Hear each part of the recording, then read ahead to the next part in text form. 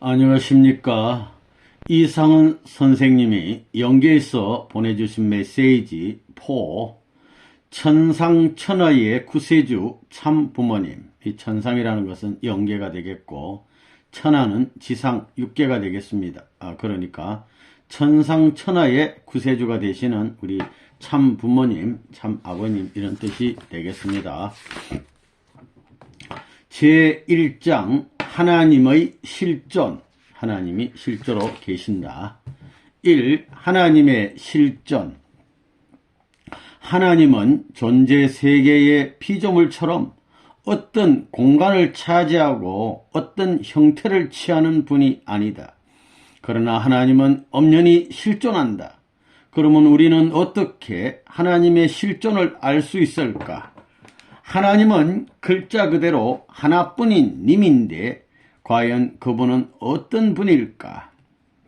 하나님은 우리의 생각과 사상을 통해서 이해될 수 있는 분이 아니며 만질 수도 잡을 수도 생각에 머물 수도 그리고 어떤 한정된 공간에만 나타날 수 있는 분도 아니다.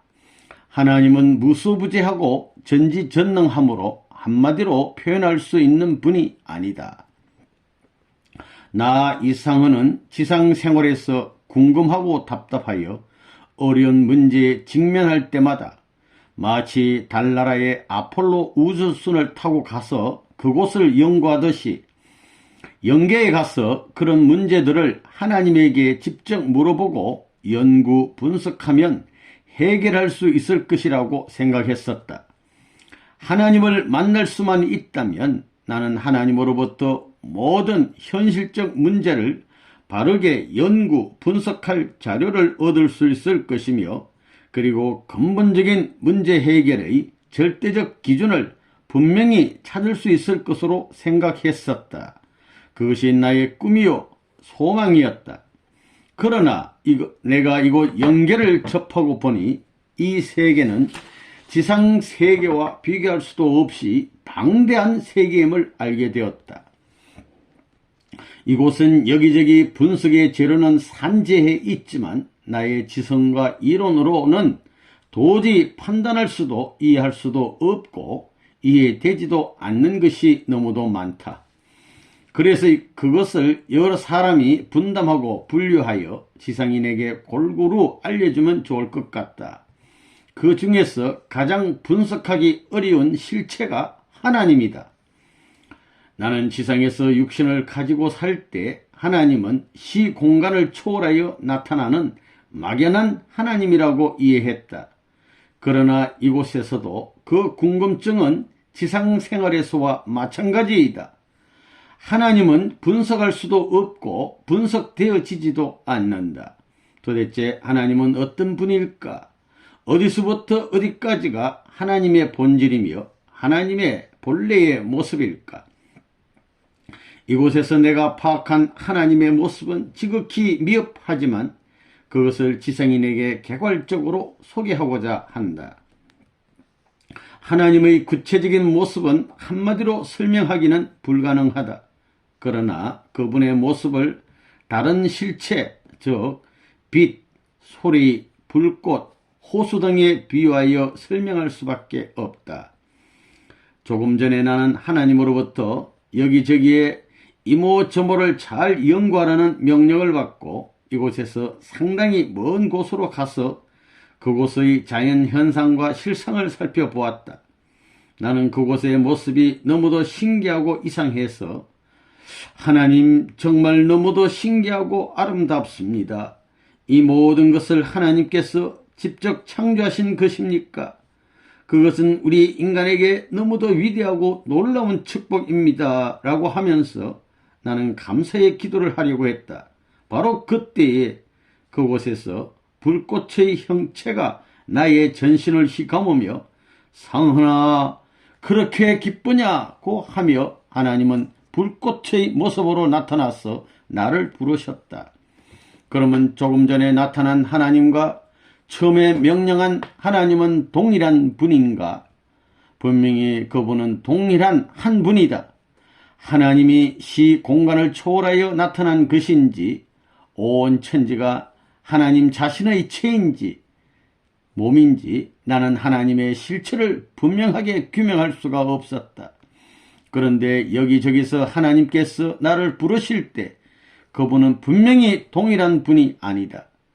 그러면 그 불꽃은 어떤 존재인가? 나를 부르시는 하나님과 나 아닌 타인을 부를 때의 하나님은 분명히 다르게 느껴졌다.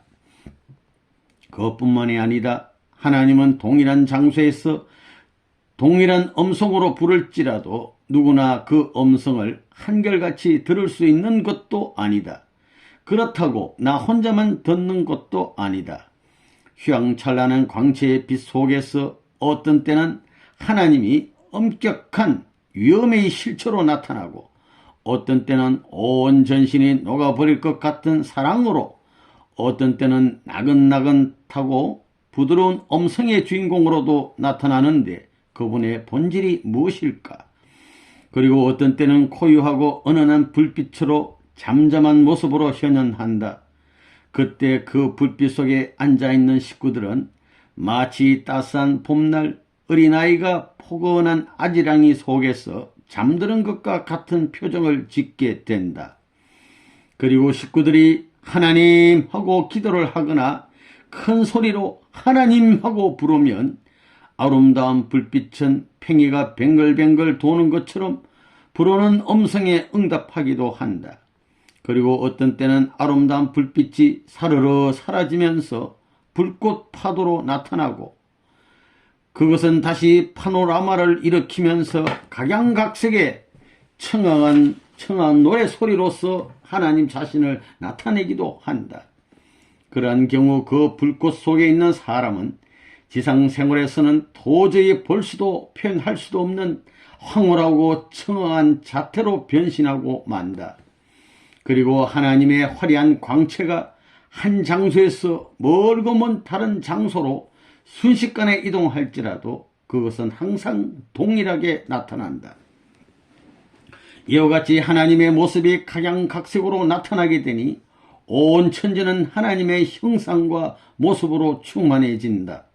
이러한 하나님의 모습을 어떻게 표현해야 할지 이것은 나의 지성이 거의 미치지 않는 영역인 것 같다.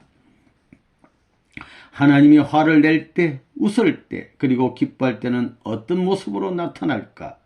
한마디로 요약하면 하나님은 체중을 가지고 어떠한 한정된 공간을 차지하는 분이 아니다.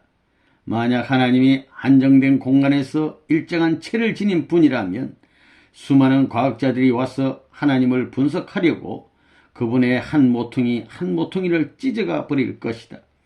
그리고 어떤 사람이 하나님을 그의 지성으로 완전하게 분석할 수 있다면 그 사람은 바로 하나님이 될 것이다. 하나님은 만질 수도 잡을 수도 없다. 찬란한 빛을 잡을 수 있는가? 그것을 결코 잡을 수 없을 것이다. 하나님의 찬란한 빛을 어떤 용기에 담을 수 있는가? 그것은 어떤 용기에도 담겨지지 않을 것이다. 그러한 휘황찬란한 빛을 카메라에 담을 수 있을까? 어떤 카메라라도 그것을 담을 수 없을 것이다. 만약에 어느 누가 그 일을 시도한다면 그것이 시도되자마자 하나님의 빛은 순식간에 사라져 버릴 것이다. 그러므로 하나님을 인간의 두뇌로 판단할 수 있다고 생각한다면 그는 세상에서 가장 어리석은 자가 될 것이다. 하나님을 보았다고 한다면 그는 대단히 교만한 자가 될 것이다. 어디서 어디까지가 하나님의 본래의 모습인지 나는 그것을 인식할 패러다임을 갖고 있지 않다. 나에겐 이처럼 방대한 하나님의 모습을 바르게 표현할 방법이 생리적으로 주어져 있지 않은 것 같다. 그리고 특별히 유의해야 할 것은 이러한 하나님이 우리 인간에게 찾아올 때 개개인에게 동일한 모습으로 현현하지 않는다는 점이다. 휘황찬란한 불빛은 어떤 사람에겐 따뜻하게 나타나며 어떤 사람에겐 그것이 온화하게 나타나며 어떤 사람에겐 상냥하게 어떤 사람에겐 정답게 어떤 사람에겐 화려하게 나타난다. 그러나 그것이 전부가 아니다. 어떤 자녀를 다이루고 싶어 할 때 하나님은 조용한 불빛 속에서 형언할 수 없는 위험을 띠고 그에게 스며들어 그의 일시적인 행위를 해결시킬 때도 있다. 하나님은 어떤 문자와 언어로도 표현될 수 없다. 지상에서 아무리 최고의 명성을 가진 과학자라 할지라도 하나님을 온전하게 설명할 수는 없을 것이다. 어떤 과학자가 하나님을 연구하려고 시도한다면 그는 하나님의 불빛 속에서 자기 자신을 완전히 잃어버리고 동화되고 말 것이다. 다만 우리가 그분을 하나님이라고 부를 수 있다면 가장 행복할 것이다. 우리 인간은 하나님을 깊이 파고 들어가면 갈수록 시간 낭비만 할 것이다. 하나님은 인간의 지성으로 규명될 수 있는 분이 아니며 인간의 이성과 이론으로 결론 내릴 수 있는 분이 아니며 천진만물의 모든 것을 초월하여 존재하시는 대우주의 주인이다. 나보다 하나님을 더 온전하게 표현할 수 있는 문인이 있다면 나는 그에게 이 일을 기꺼이 위임하고 싶다. 그것이 나의 솔직한 심경이다. 나는 나의 하나님, 당신은 누구입니까? 라고 외치면서 분명히 두 손을 들고 항복했다. 백기를 들고 말았다. 1999년 11월 25일. 무한하신 하나님, 이런 분이었습니다. 이 계층별로 나타나시는 하나님, 1. 상류층, 다른 말로 고급 영계권의 상류층에 나타나시는 하나님. 상류층 영계권에서는 하나님의 현현이 가장 자유스럽다. 마치 하나님이 내 집처럼 마음 놓고 활보할 수 있는 곳이라고 한다면 그 표현이 적절할까? 상류층 영계권에서는 하나님의 움직임을 쉽게 알 수 있고 하나님의 광채 속에서 서로서로 의사 전달을 할 수 있기 때문에 그곳에 있는 사람들은 항상 하나님의 포근한 사랑을 느껴가며 살 수 있다. 그러므로 이곳은 하나님의 자유스러운 활동 무대라고 할 수 있다. 이곳에서는 하나님이 그 모습을 자유롭게 표현할 수 있다. 예를 들면 시시각각의 환경에 따라 하나님의 모습은 찬란한 광채로, 화려한 빛깔로, 아름다운 무지개로, 반짝이는 별빛으로, 혹은 넓고 조용하고 잔잔한 호수로, 때로는 크고 웅장한 불덩어리로 나타난다. 이와 같이 그 모습은 헤아릴 수 없이 무수히 많아서 그것을 정확하게 형용할 수 없다. 이곳 상류층, 이곳 하나님의 모습은 형형색색이다. 여러 가지단 말이야. 마치 잔칫날 엄마 앞에서 아기가 그의 재롱을 마음 놓고 자유롭게 자랑하듯이 하나님은 그의 모습을 어느 곳에서나 마음 놓고 당신 뜻대로 표현한다. 그래서 이곳에서 생활하는 사람들은 항상 기쁘고 행복하다. 이것이 고급 영계권의 실상이다. 여기는 하나님의 편안한 안식처요, 하나님의 보금자리라고 표현할 수 있다.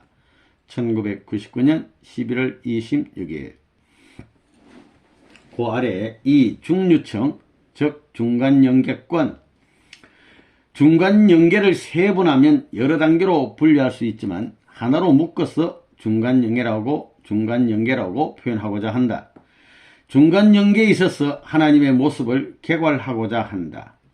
상류층 영계에서 그렇게도 다양하게 당신의 모습을 마음 놓고 나타낸 하나님은 이곳에서는 마치 자식집에 찾아가서 내가 어디 앉을까, 여기에 앉아도 될까 하는 초조와 긴장의 모습을 감추지 못한다. 여기서 하나님의 모습은 마치 불빛이 빛을 발산하지 못하고 어둠 속에서 다만 불만을 뿜어내는 대장간과 같다. 연기 속의 불빛처럼, 구름에 가린 불빛처럼 하나님은 침울한 불빛의 모습으로 여기저기를 두둥실 떠다닌다. 그러다가 완전히 사라지기도 하고 다시 밝은 빛으로 하나님 자신의 모습을 드러내기도 한다. 이 경우에 하나님의 모습은 마치 아침에 태양이 떠오를 때 사방에서 밝아오는 광채처럼 아주 크게 빛을 발산한다. 그 불빛은 마치 당신의 체온으로 모든 것을 데우고 따뜻하게 하고 깨어내시려는 모습에 비견할 수 있다. 그 불빛은 온 사방을 휘감고 있으며 한쪽을 빛으로 감으면 다른 한쪽은 어두워진다. 한쪽에서 불빛이 모아지면 한쪽에서는 그것이 폭포수처럼 몰려오는 검은 구름에 쌓여 즉시 그 주인은 흑암으로 변해버린다.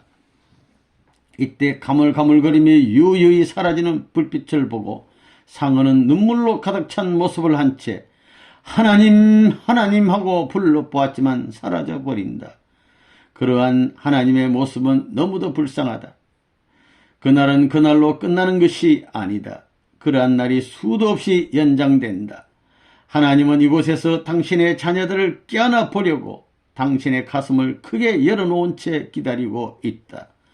오늘은 이쪽에서, 내일은 저쪽에서, 그리고 오늘은 한가운데서 혹은 공중에서, 사방에서 하나님의 모습은 사랑의 빛으로 나타난다.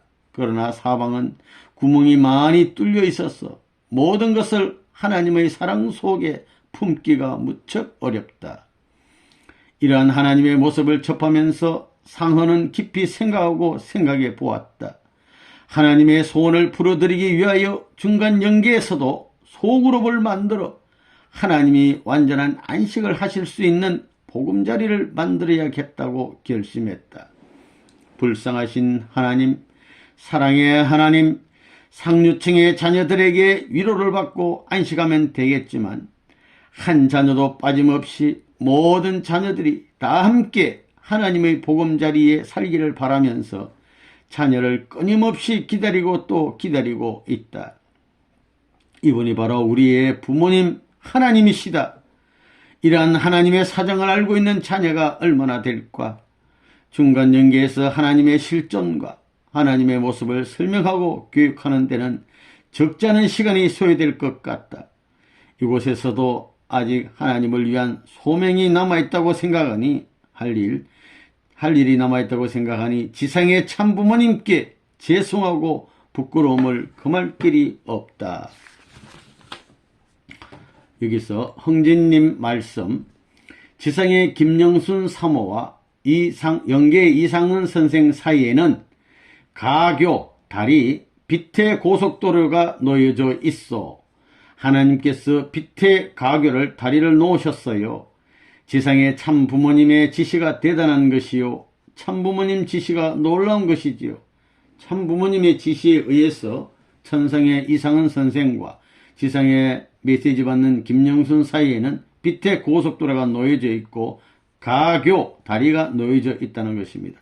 참 아버님의 지시에 의해서 1999년 11월 20여일 3. 하류청 하급 연계권. 하나님의 사랑은 상류청, 중류청 그리고 하류청의 어느 곳에서나 한결같이 동일하다. 자녀를 사랑하는 하나님의 심정과 사랑은 한결같지만 우리가 우리의 시각으로 판단할 때 버려진 자식들은 관심밖의 자식들이라고 생각할 것이다. 여러분은 많은 자녀들을 가진 부모가 어느 자식을 사랑하고 어느 자식을 버리는 경우를 본 일이 있는가? 육신을 가진 부모의 사랑도 그러하거늘 하물며 창조주 하나님이 인간을 관심 밖으로 버려지길 원하겠는가? 다음은 하류청으로 찾아가는 하나님의 모습을 소개하고자 한다. 하나님은 상류청 자녀들은 물론 중류청, 하류청 자녀들과 함께 최고의 자리에서 그리고 하나님의 사랑의 품속에서 살기를 원하고 있지만 그 어느 곳 못지않게 가슴을 에이고 가슴을 쓰리게 하는 것은 하류청의 자녀들이다. 하나님의 사랑을 전혀 분간할 수도 없는 무지한 자녀들에게 하나님은 수없이 사랑의 끈을 던져주지만 그들은 그 사랑을 조금도 헤아릴 줄 모른다. 한마디로 표현하면 이곳은 칠흑 같은 흑암의 세계다. 시커먼 흑암의 세계이다. 이곳은 마치 지상에서 폭풍우가 몰아칠 때 천둥 번개가 치고 온통 시커먼 먹구름에 휩싸여 있는 모습과 같다. 이곳의 사정이 그러함에도 불구하고 하나님은 그곳을 찾아간다. 하나님은 사랑의 하나님으로서 찬란한 광채로 나타날 수 있는 분이다. 그러함에도 불구하고 하나님은 이곳에서는 그렇게 하지 않는다. 오로지 하나님은 자신의 모습이 시커먼 먹구름 속에 가려질지라도 자녀들을 보고 싶어서 이곳을 찾아온다. 왜 이곳에서 하나님은 밝은 빛으로 나타날 수 없을까? 하나님은 빛의 발광체 자체인데 왜 그 어둠 속에서는 나타나실 수가 없는가? 그것은 마치 육신을 가진 부모가 심중에 자녀의 아픔을 볼고 슬퍼하는 모습과 비슷하다고 표현하면 적절한 표현이 될런지, 정말 그 상황은 표현하기 힘들다. 그러면 하나님이 이곳에서는 당신의 모습을 전혀 드러낼 수 없는가? 만일 그렇게 된다면 지옥 해방은 영원히 불가능한 것이 되고 말 것이다.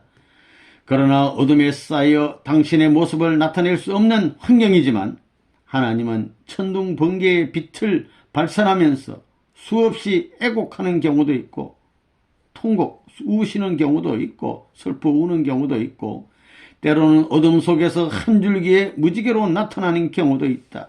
무지개 소망을 나타내며 이러한 상황 속에서도 지극히 드문 경우지만 온 누리에 전혀 예기치 않는 빛이 발산되는 경우가 있다. 그때 그들은 자기의 비참한 모습을 발견하고 밝은 곳을 향하여 몰려가는 경우가 가끔 있다. 이 경우는 천혜의 특혜이다. 그러나 이때 그들이 탈출구에서 걸리게 되면 할 수 없이 그 어둠 속으로 또다시 도중하차할 수밖에 없다. 여기서 탈출구를 통과하는 절차는 매우 까다롭다.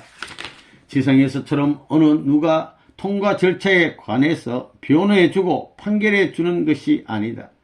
그것은 다만 천지의 법도에 따를 뿐이다. 어느 누가 밝은 빛의 출입구에서 그 빛을 제일 먼저 받았다고 해서 그가 다른 사람들보다 먼저 탈출할 수 있는 것이 아니다. 그 통과 절차를 누가 정하는지를 나 이상은 전혀 모른다. 그러나 근본 이치는 이곳에서도 적용될 것이므로 그들의 삶의 이러한 근본 차이가 통용되고 있는 것이 아니겠는가. 나는 이것 외에 더는 말할 수 없다. 그 빛을 통하여 탈출, 구제된 자녀 하나하나를 보려고 기다리는 하나님의 모습은 마치 폭풍우에 시달린 나비가 희미한 불빛 속에서 혹은 짜욱한 안개 속에서 가물가물거리고 있는 모습과 비슷하다. 그 모습은 초조와 긴장의 순간순간이라고 할 수 있다. 이토록 가련한 분이 우리를 지은 창조주요 우리의 하나님이다. 하나님의 모습이 이렇게 가련해. 하루청 연계에서는 나는 이곳 하루청 연계권을 수없이 찾아가는 하나님의 모습을 확실히 목격하였고 지금도 그 모습을 진지하게 주시하고 있다. 이러한 모습이 우리 하나님의 모습이다. 그리고 이 모습은 우리의 천지부모님, 천지부모님이 누구냐면 참부모님이에요. 천지부모님, 참부모님의 모습과 전혀 다를 바 없지 않겠는가. 여러분은 지상에서 나 상헌, 이상헌은 천상에서 이러한 참부모님의 모습을 보아왔고 지금도 보고 있다. 우리 모두는 인류를 구제하기 위하여 항상 긴장과 초조 속에서 지내는 하나님과 참부모님의 심정을 잠시도 잊지 말아야 할 것이다. 희미한 안개 속에서 검은 베일 속에 가리어서 나타날 수 없는 하나님의 서러운 아픔을 여러분은 목격하고 그것을 조금이나마 체감하였을 것이다. 이제 여러분은 여러분의 마음을 활짝 열어놓고 하나님과 참부모님의 모습을 찬란하게 드러낼 수 있는 참자녀의 모습으로 변화하기를 바란다. 우리 때문에 하나님과 참부모님, 우리 아버님이 초췌한 모습이 되어 있다는 것입니다.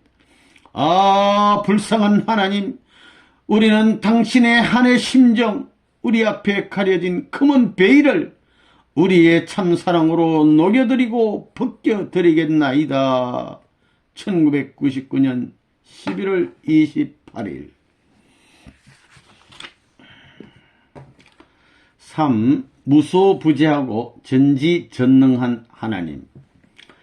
아무리 인간의 지성이 발달하고 과학과 문명이 진보한다, 발전한다 할지라도 하나님은 결코 인간의 연구 대상이 될 수 없다.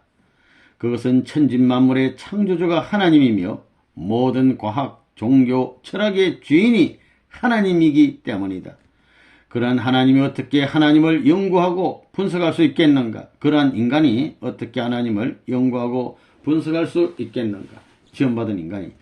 나는 숙연하고 겸허한 자세로 하나님 저는 이제 두 손을 들었습니다. 항복한다는 말입니다. 라고 천명하고 싶다. 이것이 가장 현명한 판단이라고 생각한다. 이것은 나의 솔직한 고백이기도 하다. 나는 마음을 비우고 또 비울지라도 나의 마음 한구석에 찌꺼기같이 남아있는 것이 있다. 그것이 다름 아닌 하나님의 모습이다. 나는 하나님의 모습을 완전히 밝혀보고 싶었다.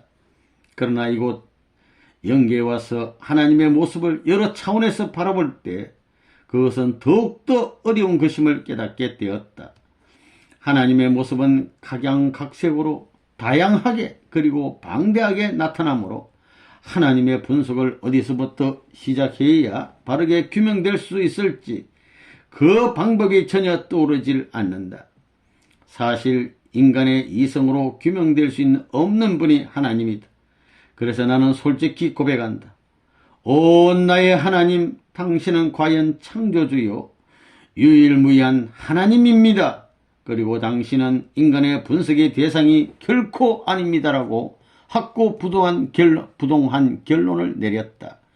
그리고 이제부터 나의 마음에 근거 없이 떠오르는 하나님에 관한 모든 궁금증을 나는 완전히 지워버리기로 결정했다. 그것은 일종의 시간 낭비의 다름 아니며 한편으로 하나님 앞에 대단한 불효라고 생각한다.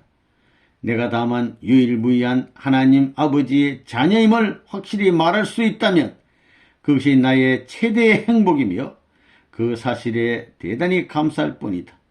우리 모두는 하나님의 자녀가 됨을 자랑해야 할 것이다. 그리고 어느 누가 하나님 앞에 어떤 형용사를 붙여 하나님을 설명한다면 그런 그의 무식함을 스스로 입증하는 결과를 초래할 것이다. 하나님은 그냥 하나님이 돼. 요새 뭐 하늘 부모님 하는데 그거 잘못된 거야. 하나님 그래. 하나님은 고유명사예요. 함부로 이름 바꾸는 거 아니야. 최첨단의 과학과 문명 앞에서도 나는 분명히 천명할 수 있다. 인간은 그의 지성, 지혜, 그의 위대한 업적, 학문, 문화 등을 하나님 앞에 조금도 자랑하지 말아야 한다.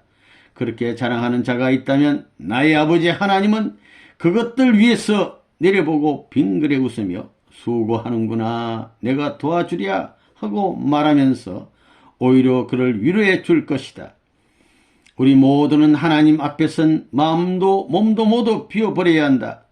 나의 아버지 하나님 앞에 정중하게 무릎 꿇고 우리 인간의 교만성에 대해 두 손 모아 사죄 드려야 할 것이다. 가정맹세 하나님 부모 고치는 건 잘못된 거예요. 하늘 부모님 말도 맞는 말인데 하늘 부모이신 하나님이란 말이에요. 근데 하나님을 왜 고쳐? 하나님, 제가 여기 있나이다. 나의 갈 길을 인도하소서. 나의 인생의 모든 것을 하나님께 맡기고 바른 길을 가겠나이다. 하나님의 자녀의 자리에 저를 받아주소서라고 하면서 하나님 아버지께 솔직하게 간구해야 할 것이다. 언젠가 여러분 모두는 그 어느 누구도 예외 없이 이곳 영계로 와야 할 것이다. 이곳에서 하나님 앞에 항상 떳떳한 모습으로 생활할 수 있는 참자녀의 위상을 지니고 있는지를 매일매일 점검해 나가자. 지상생활의 마지막 길은 인생의 황혼기에만 맞이하는 것이 아니다. 여러분이 전혀 예기치 않고 어떤 준비도 없이 이곳에 갑자기 올 수도 있다. 이곳을 피해 갈 수 있는 인간은 하나도 없다. 천리 원칙을 어떻게 비켜갈 수 있겠는가? 천리 원칙이 여러분은 한창 젊었을 때 자신의 인생을 마음대로 살다가 인생의 황혼기에 이곳의 생활을 준비하겠다고 생각하지 말라. 우리의 부모 되신 하나님이 그의 자녀를 맞이할 때 반드시 그의 황혼기에만 부르는 법은 없지 않겠는가? 우리가 부모님을 맞이하면 그때부터 부모님을 모시는 것이 자녀의 도리요 규범이 아니겠는가? 우리 모두는 하나님이 우리의 부모님임을 자랑으로 삼고 이제 우리의 부모님을 조금도 외롭지 않도록 맞아들이자.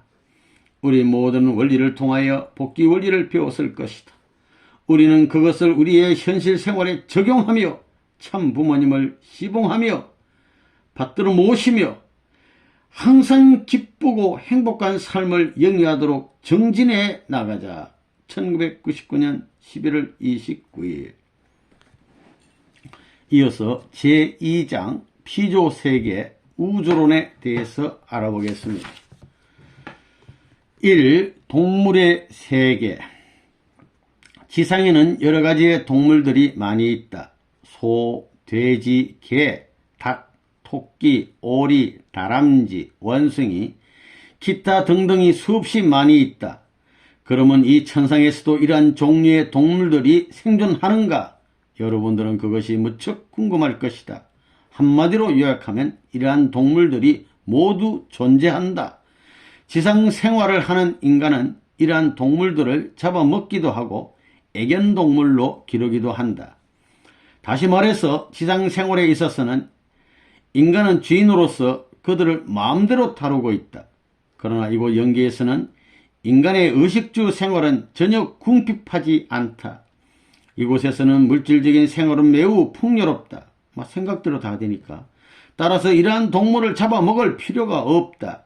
그리고 지상에서는 돼지, 소, 개가 새끼를 낳으면 주인의 재산 목록에 들어가기 때문에 무척 기뻐할 것이다. 그러나 이곳에서는 동물들이 생존은 하지만 우리 인간과 마찬가지로 번식하지 않는다.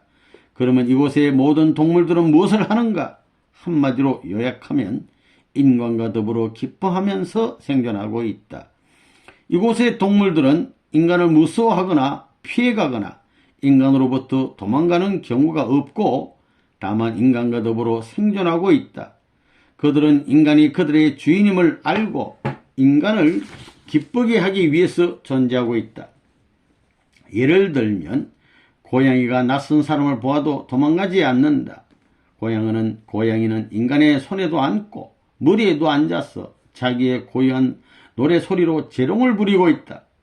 대부분의 짐승들은 인간 곁에서 마치 아기가 엄마 곁을 좋아하는 것처럼 생활하고 있다. 우리 인간이 부모 같아요. 만물 앞에는. 인간을 무서워하는 동물은 하나도 없다. 그들은 그들의 거처에서 숲속에서 혹은 나뭇가지에서 생활하다가 사람의 소리를 들으면 즉시 사람에게 찾아와서 노래를 부르면서 즐거워한다. 그리고 그들은 사람의 어느 부분에서든지 자기의 안식처처럼 편안하게 겁내지 않고 잠을 자기도 한다. 그뿐이 아니다. 모든 동물들은 인간의 생활 환경에 따라 항상 함께 움직여준다. 인간에게 즐거운 일이 생기면 새는 노래를 부르고 짐승은 깡충깡충 뛰면서 즐거워한다. 자기들이 막 즐거워한단 말이야. 인간이 즐거워하면 같이. 그리고 그들은 교육 장소에서는 정중한 자세로 조용히 강의를 청강하면서 교육 절차에 한결같이 순응하고 있다. 또 교육 장소에서도 조용해. 요새 보면 절에 무슨 기회가 스님이 절할 때 조용하듯이 그렇게 한단 말입니다. 그들은 그들 주인의 표정과 생활을 잘 알아서 함께 움직인다. 모든 동물들은 그들의 주인인 인간을 위하여 생존하고 있다. 얼마나 좋아요. 그러면 이러한 동물은 누가 창조했는가? 하나님이 이곳에 아름다운 산과 들을 창조한 것처럼 모든 동물도 하나님이 창조한 것이다. 하나님은 인간을 위하여 자연 만물을 창조하였다. 그리고 하나님은 인간을 창조하실 때 자녀의 생활에 필요한 모든 것을 준비해 놓았다. 출산하는 것과 똑같다. 우리의 아버지 하나님께서 하나님 아버지 하나님 똑같아요. 아버지 하나님께서 우리 인간을 위하여 여러 차원의 동물을 창조한 것이다. 1999년 11월 29일. 이게 얼마나 감사합니까? 1. 상류층의 동물 세계에 대해서 알아보겠습니다. 상류층에서는 동물과 인간과의 관계가 조금 더 끓이낌 없이 자연스럽게 생활한다. 이곳의 동물은 한 집안 가족처럼 인간과 함께 지낸다.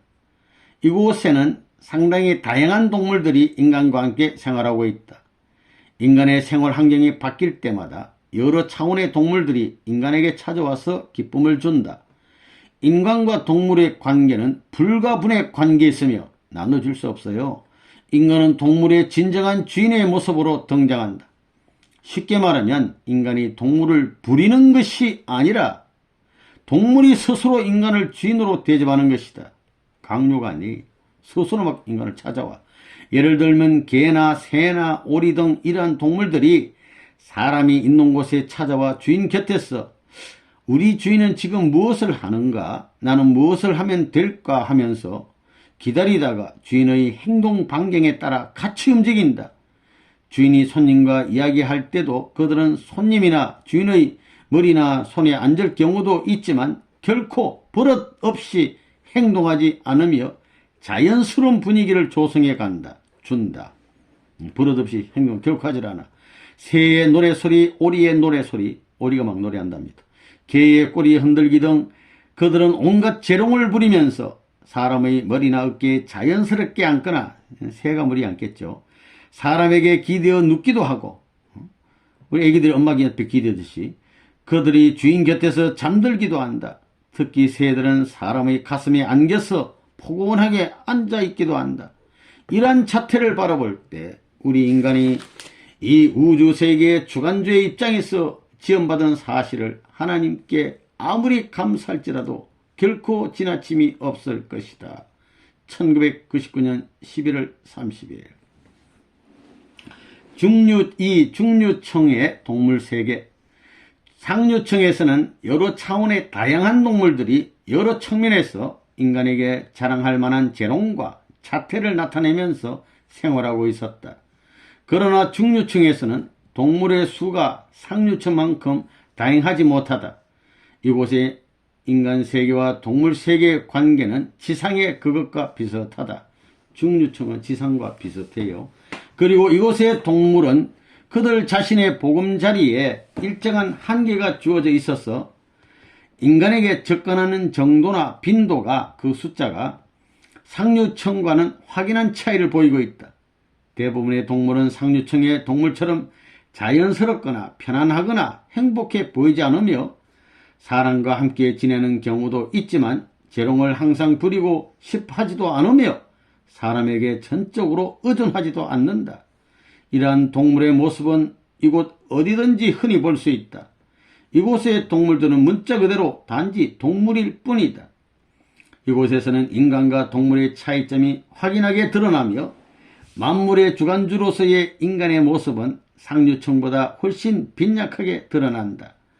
이곳의 동물은 그들 자신의 보금자리에서 별도로 생활하고 있으며 인간은 인간의 위치에서 생활하고 있다. 사람은 사람 집에서 개는 개 집에서 살듯이 문자 그대로 동물은 동물 세계, 인간은 인간 세계에 있다고 생각하면 될 것 같다. 1999년 11월 30일 3. 하류청의 동물세계. 하류청에서는 동물의 모습을 볼 수 있는 기회가 거의 없다.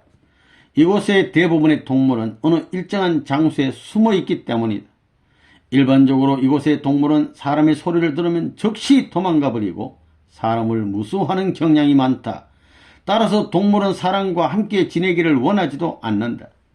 그리고 대부분의 동물들은 사람의 눈을 피해 다니기 때문에 사람들이 그들의 모습을 거의 발견할 수가 없다. 상류층의 새들은 지지배배 짹짹하면서 언제 어디서나 노래를 부르기 때문에 그들의 모습을 항상 자유롭게 볼 수 있지만 하류층의 새들은 사람이 지나가면 허헉하고 도망가 버리므로 새들의 노래 소리를 거의 들을 수가 없다. 따라서 이곳에서는 인간과 동물의 조화는 거의 찾아볼 수가 없다. 만약 사람의 눈에 짐승이 보이기만 한다면 사람들은 즉시 짐승을 잡아먹을 것이다. 그래서 동물들이 먼저 사람들의 눈을 피해서 도망가 버리는 것이다. 그리고 하류층에서는 동물들의 무서운 울음소리가 가끔 들리는 경우가 있다. 우는 소리인데 무서워. 왜 똑같은 짐승인데 상류층에서는 노래소리가 나타나고 하류층에서는 무서운 울음소리가 나타날까? 나는 이 점을 곰곰이 생각해 보았다. 상류층 동물들은 항상 어떤 두려움이 없이 주인에 대한 불안감도 없다. 누가 나를 잡아갈까 총으로 쏠까 하는 공포감 등이 전혀 없다. 하지만 하류층의 동물들은 항상 쫓기는 처지이다. 그러니 사자의 공포의 울음소리가 나타날 수밖에 없지 않겠는가. 사실 이곳 동물들의 울음소리는 상류층의 그것과는 전혀 다르다. 상류층에서는 평안한 소리이지만 하류층에서는 공포감에 뜨는 소리 등으로 울음소리 자체가 다르다. 이것은 나만이 느끼는 특수한 현상일까? 그것은 결코 그렇지 않을 것이다. 1999년 11월 30일. 4. 동물 세계에서의 인간은 주관주. 하나님이 우주 만물을 창조하실 때 인간을 만물 세계의 주관주로 지으셨다. 그러나 그릇된 역사의 흐름이 계속됨으로써 인간은 주인의 입장을 상실했다. 그러나 본연의 세계, 영계의 상류층에서는 하나님의 창조의 법칙에 따라 인간은 만물 세계의 주인의 모습으로 당당하게 등극할 수 있다. 이러한 엄연한 사실에 대해 우리 인간이 어떻게 감사하면 좋을까? 하나님 아버지의 자녀를 향한 자애와 사랑 앞에 우리는 다시 한번 하나님께 감사를 드리자. 그리고 우리는 잃어버렸던 본연의 세계에서 주인의 모습으로 당당하게 나타나서 하나님의 자녀로서의 기쁨을 하나님께 돌려드리는 길을 가자. 1999년 11월 30일. 이 식물의 세계. 하나님이 인간을 창조하실 때 모든 만물을 인간을 위하여 창조하셨다. 식물도 오로지 인간을 위하여 지원받았다. 지상생활에 있어서 인간은 휴가철이 되면 산으로 계곡으로 바다로 나간다. 그것은 자연을 접하면서 인체에 쌓였던 갖가지 해로운 요소를 제거하면서 정신을 수양하기 위함일 것이다. 이것은 역시 영계에서도 동일하다. 이곳 영계에도 여러 차원의 아름다운 자연이 있다. 그 종류를 열거하기 어려울 만큼 다양하다.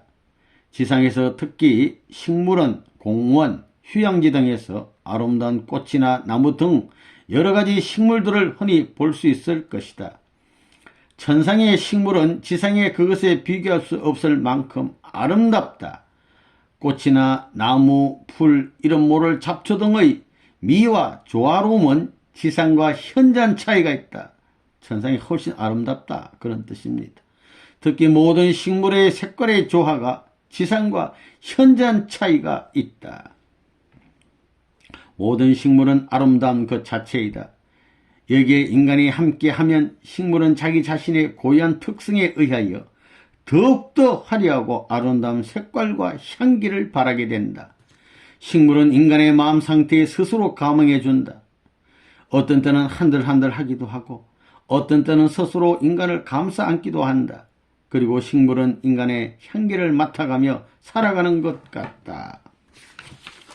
인간이 그 옆을 가면 식물은 스스로 다양한 모습으로 나타나서 자기의 자태를 자랑하며 인간의 마음에 감흥하여 고유하고 매혹적인 향기를 발산한다. 인간은 이러한 천상의 만물을 바라보고 있으면 금세 황홀함에 빠져버린다. 황홀해져 버려.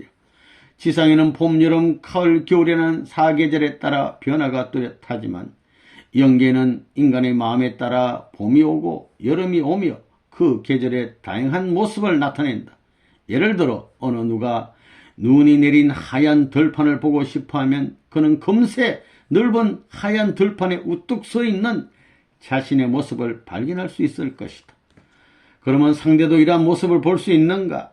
상대방의 심정과 상관없이 보일 수도 있고 보이지 않을 수도 있다. 그러나 지상과 다른 점은 사계절의 기간이 일정하게 정해져 있지 않다는 점이다. 그러므로 천상에는 항상 아름다운 계절이 지속될 수 있다. 인간 개개인이 원하는 계절에 자신의 업무, 독서, 휴가 등을 할 수 있다. 지상에서는 아름다운 단풍을 가을에만 볼 수 있지만 천상에서는 언제나 아름다운 단풍을 볼 수 있다. 인간의 마음 상태에 따라 나무 자체가 아름다운 단풍으로 물들어 버린다. 나무, 꽃, 풀 등이 인간의 마음에 공명되어 울긋불긋한 단풍으로 바뀌기도 하고 초원으로 변화하기도 한다. 이곳은 나의 지성으로는 표현하기 어려운 부분이 너무도 많다. 이곳에서는 언제나 아름다운 사계절의 모습을 볼 수 있다. 분명히 여름인데도 눈에 소복히 덮여있는 것 같은 나뭇가지나 꽃들이 있다. 그것을 만져보면 눈이 아니다. 그리고 겨울이 아닌데도 앙상한 나뭇가지가 있다. 여름에도 앙상하게 시들은 나무가 나타나기도 한다. 동화에 나오는 요수쟁이 같다고 표현하면 될까? 이러한 식물의 모습을 보면 사람이 없는 한적한 곳에 사는 나뭇잎의 색깔과 사람이 항상 접할 수 있는 곳에 사는 나뭇잎의 색깔이 특이하게 다르다. 후자는 전제에 비하여 무척 다채롭고 매혹적인 향기가 난다. 그리고 후자는 그 모습도 다양하다. 인간이 늘 자주 지나다니는 거리에 있는 나무는 아주 매혹적이고 다채롭다고 하는 것입니다. 여기서는 앙상하고 시든 모습은 거의 찾아볼 수 없다. 천상에 있는 아름답고 다채로운 자연의 모습을 한번 경험하지도 못한 지상인에게 그것을 설명하기란 참으로 어렵다. 이상은도 설명하기 힘들고 리포터에게도 이상하게 들릴 것 같다. 하물며 일반 지성인들이 이 현상을 어찌 이해하겠는가? 결론적으로 천상의 자연의 아름다운 모습은 요술쟁이가 요술을 부리는 것처럼 변화무쌍하다. 그것은 인간의 정신을 완전히 매료시킬 만큼 아름답다. 이러한 식물의 고유한 특성과 착태는 하나님 아버지가 그의 자녀만을 위하여 만들어 놓은 장난감과 같다. 우리는 아버지 하나님 감사합니다. 우리를 창조하기 전에 자녀로 태어날 우리를 위하여 이렇게 아름답고 화려하고 향기로운 장난감을 지성과 정성을 다하여 만들어주신 하나님 아버지 정말 감사합니다 하고 우리의 기쁨을 아버지 하나님께 돌려드려야 할 것이다. 우리는 하나님 아버지의 자녀로서의 도리를 굳혀가야 할 것이다. 1999년 12월 1일. 이제 부분적으로 1. 상류층의 식물세계에 대해서 알아보겠습니다. 상류층의 식물세계. 하나님은 인간을 창조하기 전에 인간에 대한 여러 가지 배려를 하고 만물을 창조했다. 우리는 식물의 모습을 볼 때 인간을 사랑하는 하나님의 마음을 충분히 알 수 있다. 우리가 매일 같은 옷을 입고 다니면 자기 자신은 물론 타인도 실증이 날 것이다. 그래서 식물은 시시각각 갖가지 모습과 색깔로 바꿔가면서 인간을 즐겁게 해주고 있다. 예를 들면 지상에서의 영진님 성화식이 영계에서는 환영식인데 우리 문영진님 성화식이 있었습니다. 1999년 11월 2일 우리 한국의 리틀 엔젤스 예술회관에서 세계 성화식이 있었죠. 우리 영진님 참 부모님 가정에 우리 참아버지 앞에 효자 영진님 성약시대 아담 복귀형으로서의 제물로서 연계 가신 아주 귀한 우리 영진님 되시겠습니다. 우리 영진님 성화식이 영계에서는 환영식인데 영계에서는 환영식이요. 이 시기 거행될 때 이곳의 모든 식물은 새로운 옷을 갈아입은 것 같았다. 빨강, 노랑, 파랑, 보라 등 각가지의 모습과 색깔은 화려하고 찬란한 빛으로 새롭게 단장되었다. 영진님 막 환영해 주려고. 모든 식물은 자기 자신의 고유한 모습과 특성을 나타내면서 나풀거리며 반겨주었다. 그리고 여러 종류의 새들은 마치 만국기가 펄럭이는 것처럼 쉬지 않고 공중을 날아다니며 환영의 노래를 불러줬다. 막 새들이 다들 좀 노래 부르면서 막 환영해. 나무와 꽃들은 마치 꽃들은 함께 약속을 한 것처럼 나무와 꽃이 약속한 것처럼 바람에 뒤엉켜서 춤을 추고 나무와 꽃을 막 춤을 춰. 그리고 마치 사람들이 어깨동무를 하고 노래하고 춤을 추는 것 같았다. 나무와 꽃들이. 그뿐 아니다. 온갖 꽃과 잡초와 나무들이 함께 뿜어대는 향기는 우리들의 콧속이나 뱃속으로 깊숙이 스며들었다. 우리들의 전신은 온몸은 그 향기에 절여지고 있었다. 향기에 취해버려. 세상에서 이렇게 매혹적인 향기를 맡아본 적이 없다.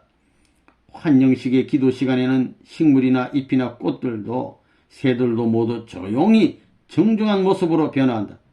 기도할 때는 또 조용해. 내가 이런 이야기를 하면 여러분은 나를 거짓말쟁이라고 할 것이다. 그러나 이것은 거짓말이 아닌 사실이다.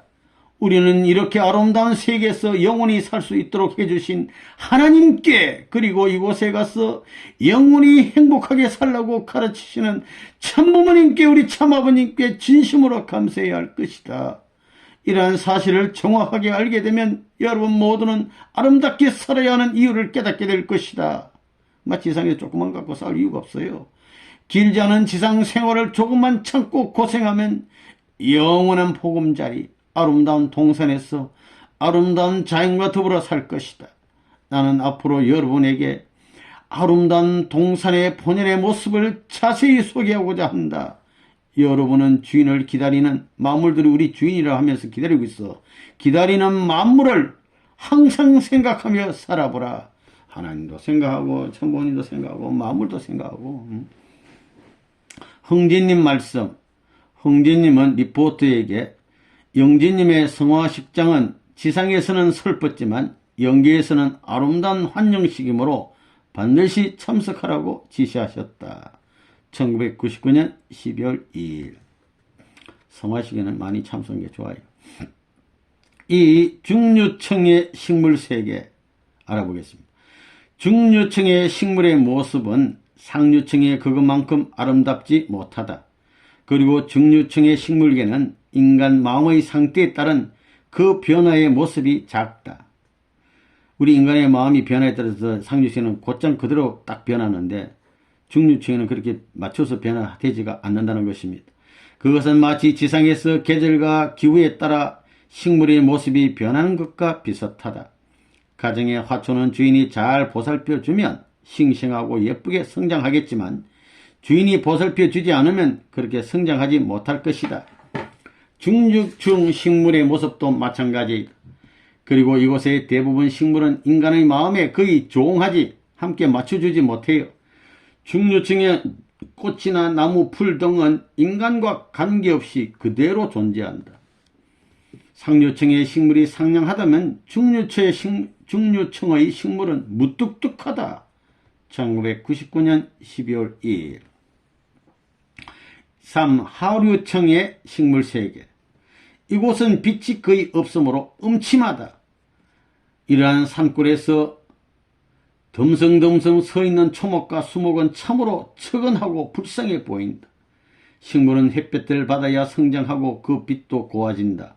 그러나 하류층의 식물은 빛을 거의 받을 수 없다. 지상의 수많은 잡초들은 햇빛을 마음껏 받기 때문에 성장할 수 있지만 이곳의 식물은 지상의 씨들은 잡초만도 못하다. 가끔 한 번씩 바람이 불어오면 앙상한 나뭇가지가 흔들린다. 이때는 섬뜩섬뜩한 기분이 든다. 그런 분위기 속에서 인간이 만물과 대화하고 꽃 잎새들을 매만질 기분이 나겠는가? 무서운데 무슨 기분 나겠어요? 그 누구도 사랑을 받지 못한 식물은 마치 웃음을 잃어버린 사람의 표정과 꼭 비슷하다. 사람한테 사랑받지 못한 식물은 이렇게 안타깝다 말입니다. 1999년 12월 2일이었습니다. 4. 식물세계와 하나님의 사랑. 우리가 만물을 바라보면 볼수록 하나님의 사랑을 더욱더 감동적으로 느낄 수 있다. 하나님이 원하셨던 본연의 인간 세계는 모든 것이 풍성하고 평화롭고 아름다운 자유천지였다. 그러나 인간의 타락으로 말미암아 인간 세계는 물론 동식물을 비롯한 모든 피조 세계가 슬픔의 세계로 변하고 말았다. 이러한 슬픔의 세계를 바라보는 하나님의 마음이 어떨까? 시시각각으로 새 옷으로 단장하고 자신의 주인이 나타나기를 기다리던 아름다운 만물들과 우리 인간이 무언의 대화를 아무리 한없이 엮어가며 수많은 감탄사를 읊어볼지라도 다만 아름다운 문장만이 우리의 내리에 스쳐갈 뿐이다. 우리는 인간 창조 이후 오늘날까지 텅 비어있는 하나님의 가슴을 뜨겁게 꽉 채워드리자. 여기서 흥진님 말씀. 리포트가 마지막 기도를 하기 전에 이제 연기 메시지를 이렇게 받고 마지막에 기도 이렇게 하는데 기도하기 전에 흥진님께 리포터가 사적인 질문을 했다고 합니다. 그랬더니 흥진님께서는 누구보다 이상은 선생이 이런 점을 가장 싫어하는 분인데 마무리 기도를 한 후 질문하는 것이 예의요 순서일 것이다 하고 호되게 야단치셨다. 흥진님의 야단이 있었습니다. 기도하기 전에 질문했다고. 1999년 12월 2일의 편지였습니다. 3. 이제 동물의 세계, 식물의 세계 봤는데 세 번째 광물의 세계가 되겠습니다. 강물의 세계. 삼라만성의 모든 피조물에는 하나님의 사랑의 손길이 스치지 않는 것이 하나도 없다. 따라서 모든 피조세계는 하나님의 사랑 그 자체이다. 강물 세계도 예외일 수 없다. 강물이 인간에게 어떤 방법으로 기쁨을 주고 있는가를 살펴보자.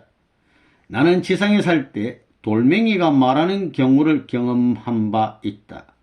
그리고 이곳 영계에 와서도 기이한 현상을 적지 않게 경험하고 있다. 이곳에 초년생으로 왔을 때의 일이다. 이 나라에는 볼 것이 너무도 많고 연구 분석하고 싶은 자료도 너무나 많아서 조금 더 쉴 수가 없었다. 나는 여기저기 정신없이 돌아다니다가 이상하고 신기한 것이 발견되면 그곳에서 가만히 앉아 깊은 생각에 잠겨 보기도 했고 깜빡 졸기도 했다. 그때 알 수 없는 희한한 소리가 들렸다. 내가 앉아있는 바위 밑에서 꽹과리와 징을 두드리는 소리가 들렸다. 깜짝 놀라서 깨어보니 아무것도 보이지 않았다. 나는 주위를 또 살펴보았지만 역시 아무것도 찾아볼 수 없었다. 그때 나는 갑자기 어떤 생각이 떠올랐다. 바위돌이 내가 여기에 온 것을 환영하는구나. 그래서 나는 아이고 이렇게 환영하면 내가 송구스럽지 않느냐. 그렇게 하지 말라. 너무 이렇게 환영하지 말라고 말했다. 바위돌은 말하기를 지금까지 나에게 와서 한번 앉아준 사람이 없었고 나를 귀하게 여긴 사람도 없었습니다. 지금 처음으로 새 주인을 만났으니 정말 기쁘고 기쁩니다. 와서 앉아준 것만해도 기뻐요. 하면서 더욱더 감명적인 합주를 하였다. 바위가 무슨 연주를 해줬다는 겁니다. 이러한 사실을 지상인이 어떻게 이해할 수 있겠는가. 그러나 그것은 현대의학을 전공한 내과 의사 이상헌이 분명히 경험한 것이다. 그뿐이 아니다. 영계의 초년생 시절에 경험한 또 하나의 사실이 있다. 그 당시 나는 산과 들, 강가, 바닷가를 두루두루 다니다가 높은 산 위에 큰 바위에 이르게 되었다. 그 바위는 심하게 경사가 진 비탈길에 놓여 있었다. 나는 그곳으로 가까이 가면 다칠 위험이 있어서 그 바위를 피해가지고 그것을 피하여 다른 곳으로 발길을 옮겼다. 그때 갑자기 아리랑 아리랑 아라리요 아리랑 고개를 넘어간다. 나를 버리고 가시는 님은 한 발자국도 못 가서 돌아옵니다 라는 노랫가락이 들려왔다. 나는 바위 위에서 어느 누가 노래를 부르는 줄 알았다.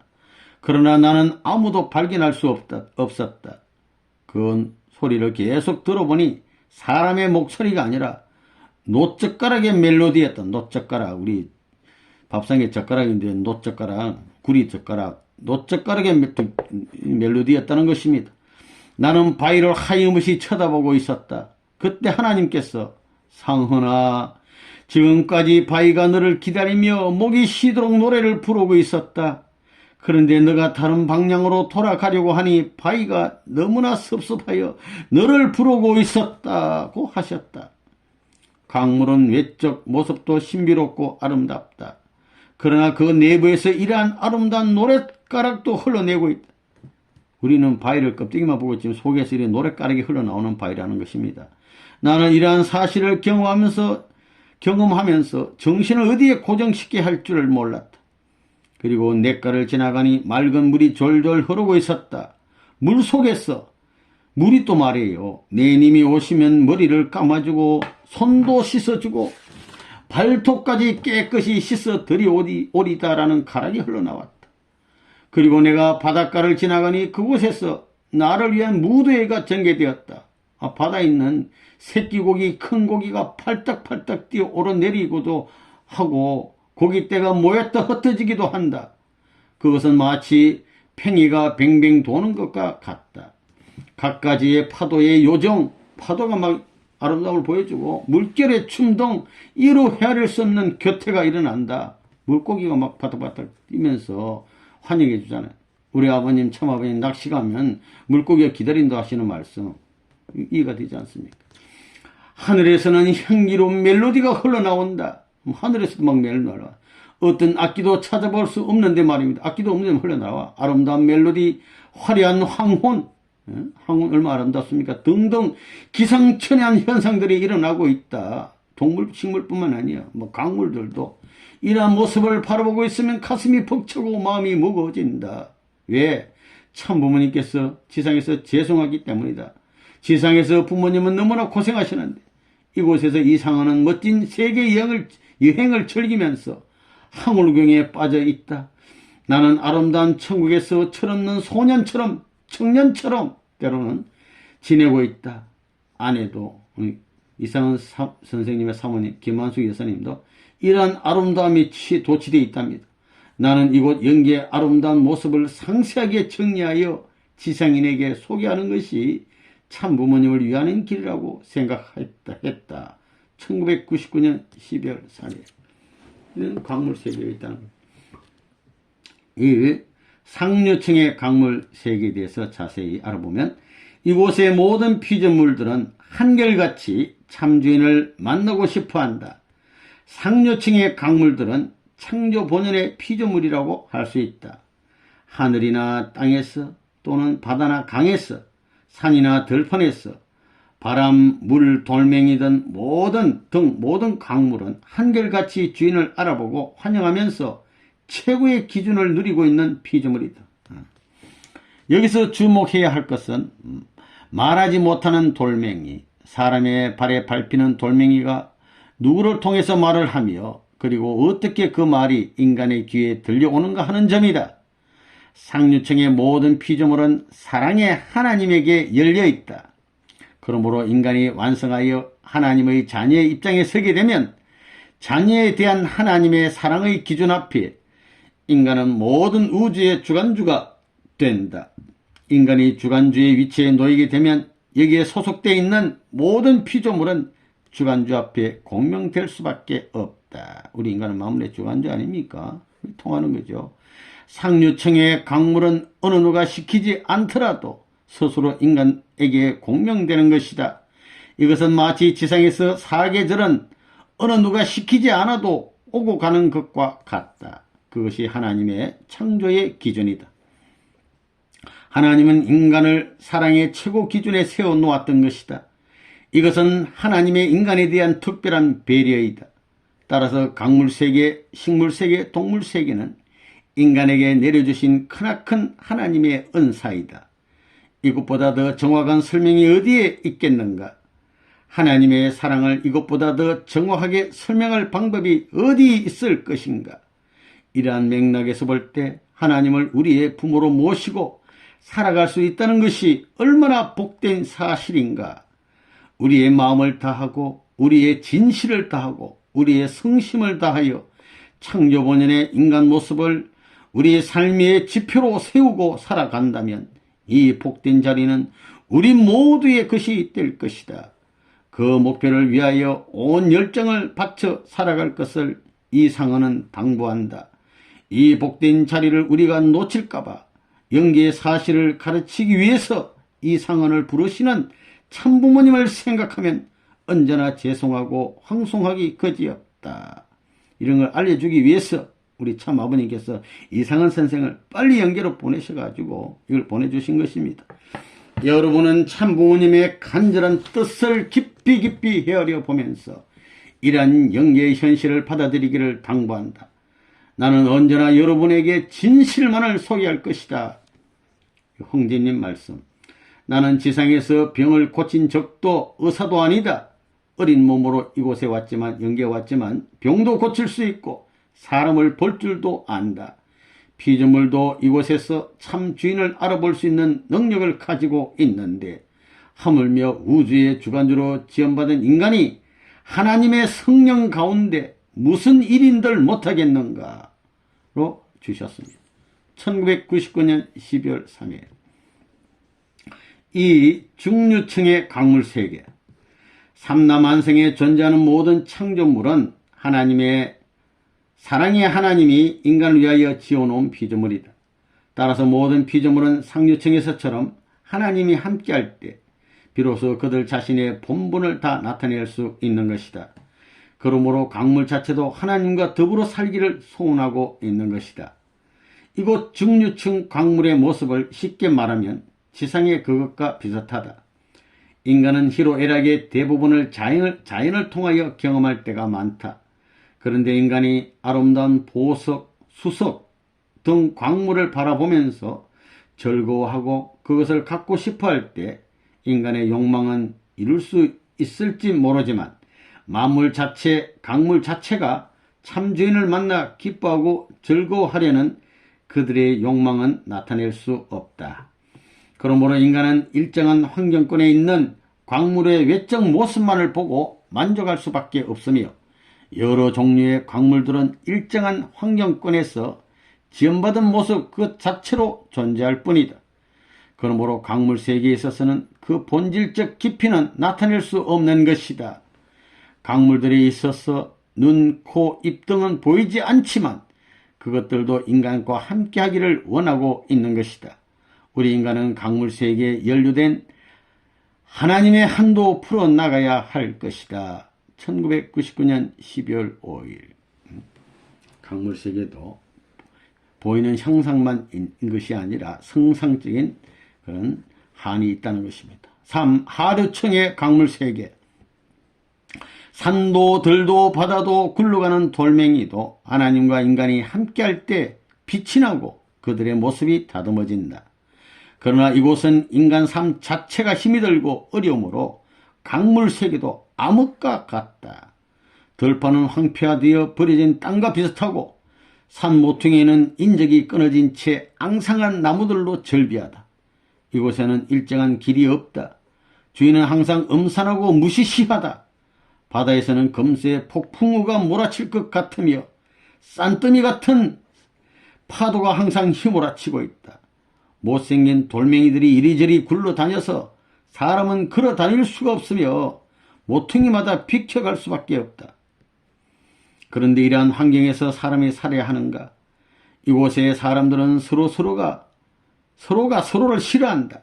그들에게 모든 것이 귀찮다. 삶 자체가 귀찮다. 그들에겐 파도와 들판의 모습, 그 외 어느 것도 보이지 않는다. 이러한 환경에 처해 있는 강물 세계이지만 강물들은 인간을 그리워하고 주인이 나타나서 매만져 주기를 한없이 기다리고 있다. 1999년 12월 하루층에 그 쓸쓸한 강물의 모습이지만 참 주인이 나타나서 매만져 주기를 기다리고 있다는 것입니다. 4. 강물 세계와 하나님의 심정. 강물 세계의 상류층, 중류층, 하류층에는 하나님이 지은 소중한 자녀들이 살고 있다. 하나님의 마음은 어느 곳에 머물 것 같은가? 병든 자식에게 아픔이 더 있고 손길이 더 간다. 이러한 심정에 관한 한 육신 부모의 심정과 하나님의 심정이 크게 다르지 않다.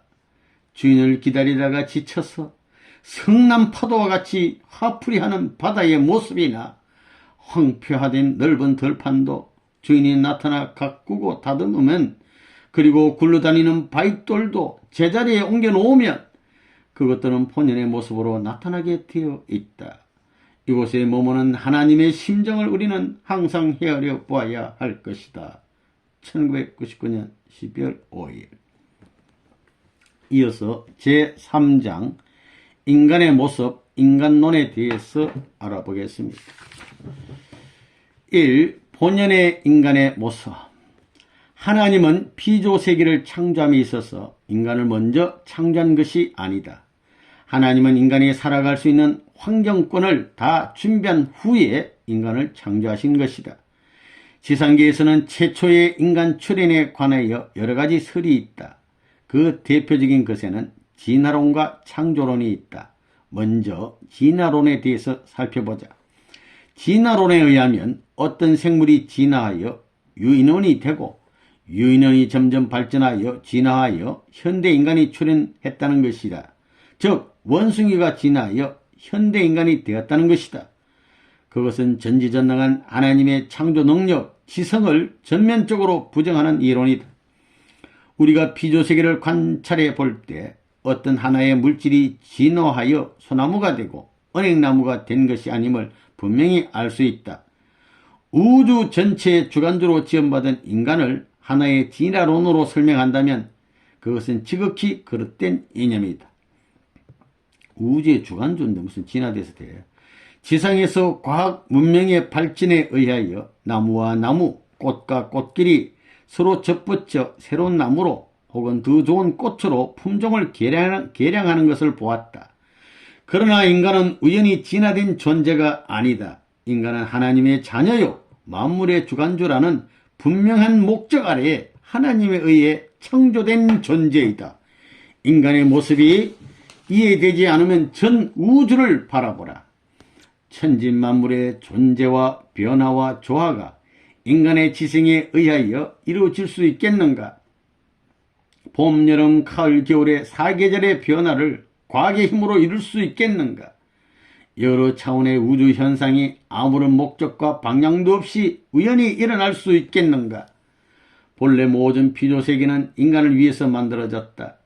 인간은 만물의 주관주로서 광물, 식물, 동물계에서 볼 수 없는 영인체와 육신의 이중적 존재로 창조되었다. 동물, 식물은 영인체가 없어요. 우리 인간만 영인체가 있는 거예요. 육신은 지상생활을 위해서, 영인체는 천상생활을 위해서 창조되었다. 영인체는 육신의 지상생활을 통하여 성장한 후 하나님의 창조 본연의 세계에서 영원히 살도록 지원받은 것이다. 그러므로 영원한 세계의 삶의 보금자리가 하나님이 원하던 본연의 세계요, 그 세계에 사는 자만이 하나님의 창조 본연의 인간이다. 이곳에서 자리 잡은 인간은 본연의 인간으로서 하나님의 형상이요, 하나님의 소망이요, 하나님의 기쁨의 대상이다. 이러한 인간은 영원한 하나님 나라의 참자녀의 모습으로서 하나님의 빛의 그림자처럼 살게 된다. 한편 이러한 인간은 하나님의 생각과 사상과 일체를 이루며 살아가기 때문에 영원히 변할 수 없는 하나님의 분신으로 존재하는 것이다. 이러한 인간은 하나님의 속성을 닮아가면서 하나님의 참모습의 대상이 되는 것이다. 여기서 대상이란 하나님의 아내라는 대상이 아니라 항상 하나님이 대할 수 있는 인간 본래의 모습을 말한다.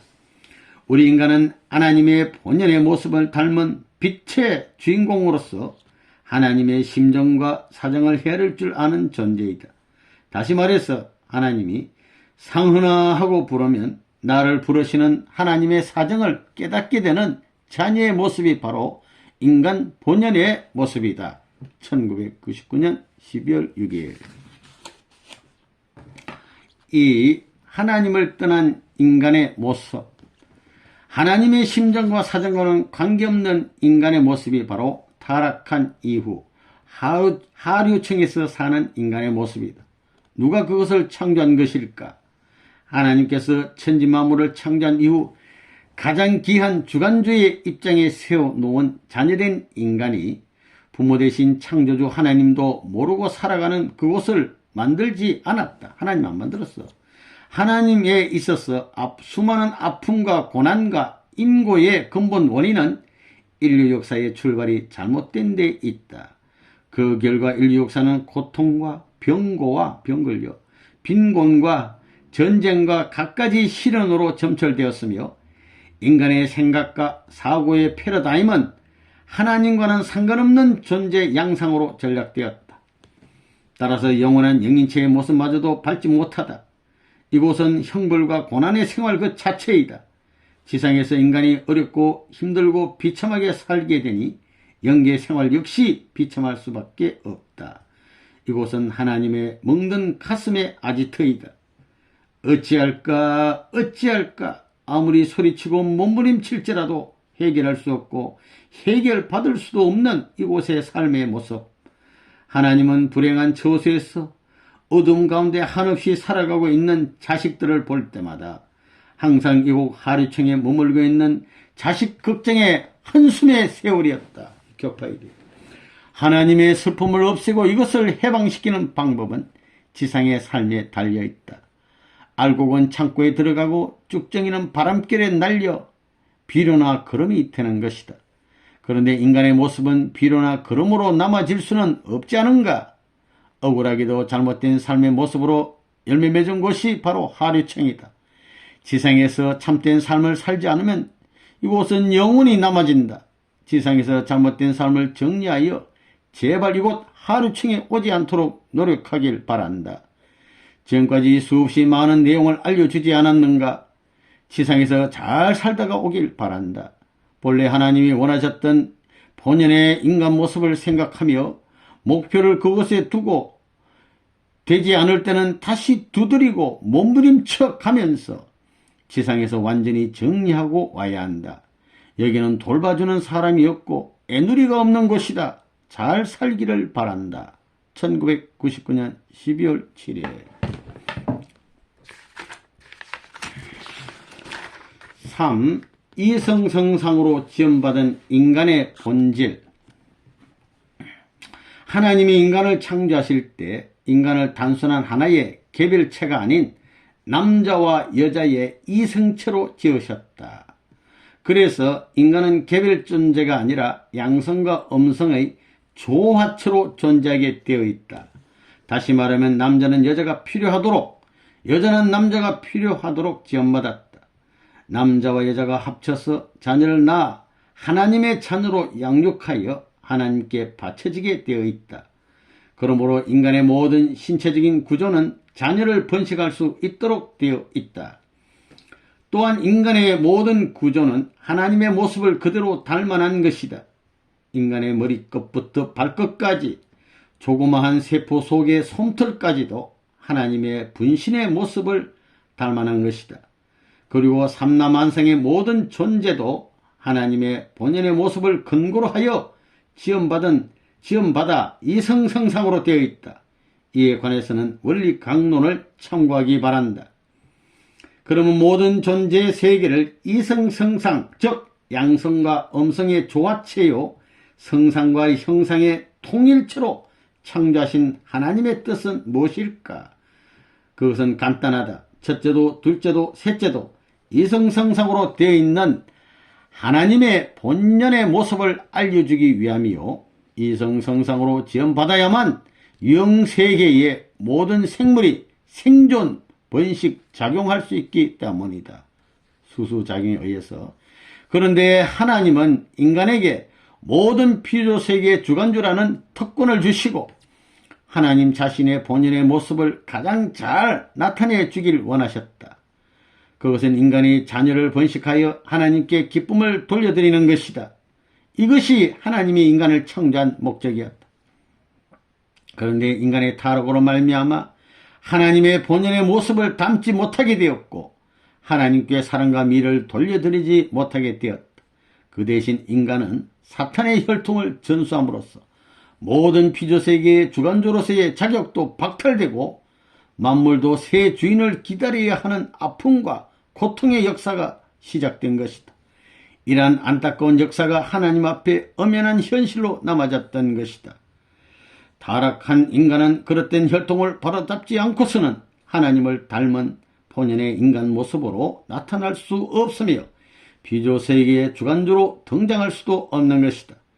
이러한 타락 인간이 인간 본연의 모습을 복귀하기 위해 기나긴 역사를 통해 찾아 나온 분이 바로 천지 부모님이신 문선명 선생님이다.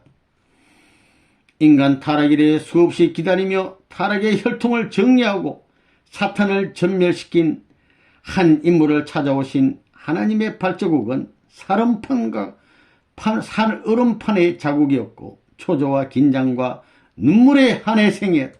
164 아버님 한 분을 찾아 세우기 위한 역사였다는 걸 알아야 돼요. 독생이 아니야.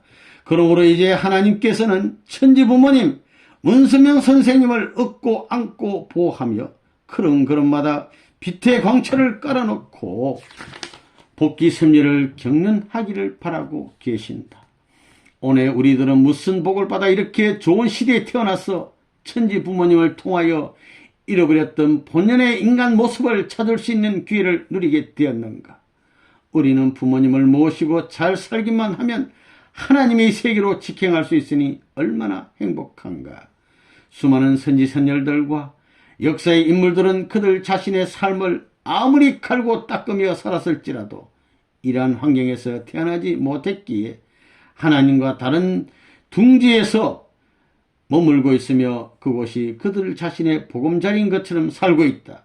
우리는 행복한 자들이다. 왜? 참 아버님을 만났어. 최고의 자리에 태어난 자들이다. 우리는 정말 승리자의 모습이다. 모든 것에 있어서 천지 부모님의 지시를 따라, 다른 말하면 참 아버님의 지시를 따라 하나님이 원하셨던 참 자녀의 모습으로 돌아가서 본향의 동산에서 본연의 모습을 반드시 보여드려야 한다. 그것이 하나님의 인간 창조의 근본이요 자녀로서의 근본 도리인 것이다. 1999년 12월 17일